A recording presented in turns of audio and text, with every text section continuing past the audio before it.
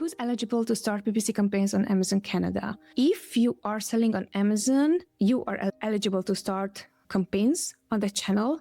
Also, what I noticed is that depends if this is you who's selling it, so you are the brand who's selling it. If you're adding a secondary user, they would need also verification for Canadian marketplace and other marketplaces that are showing up within your ad console, even if you're not selling on that platform. So just heads up, if this is you, the seller, you are eligible to advertise on Canada if you already have inventory on those marketplaces. And even if you don't have inventory on those marketplaces, Amazon would still allow you to advertise. If you already have inventory, of course you can. If you are managing someone else's ads and would like to be added with secondary user permissions, you would need to go through a verification process where you need like clear documentation of your ID or passport. They needed also to take pictures of my face to double check that is me from the IT, and also like real life, they had the camera. Very similar whenever you would do like on your phone, they are checking you to do the face recognition stuff. And also they ask for a bill.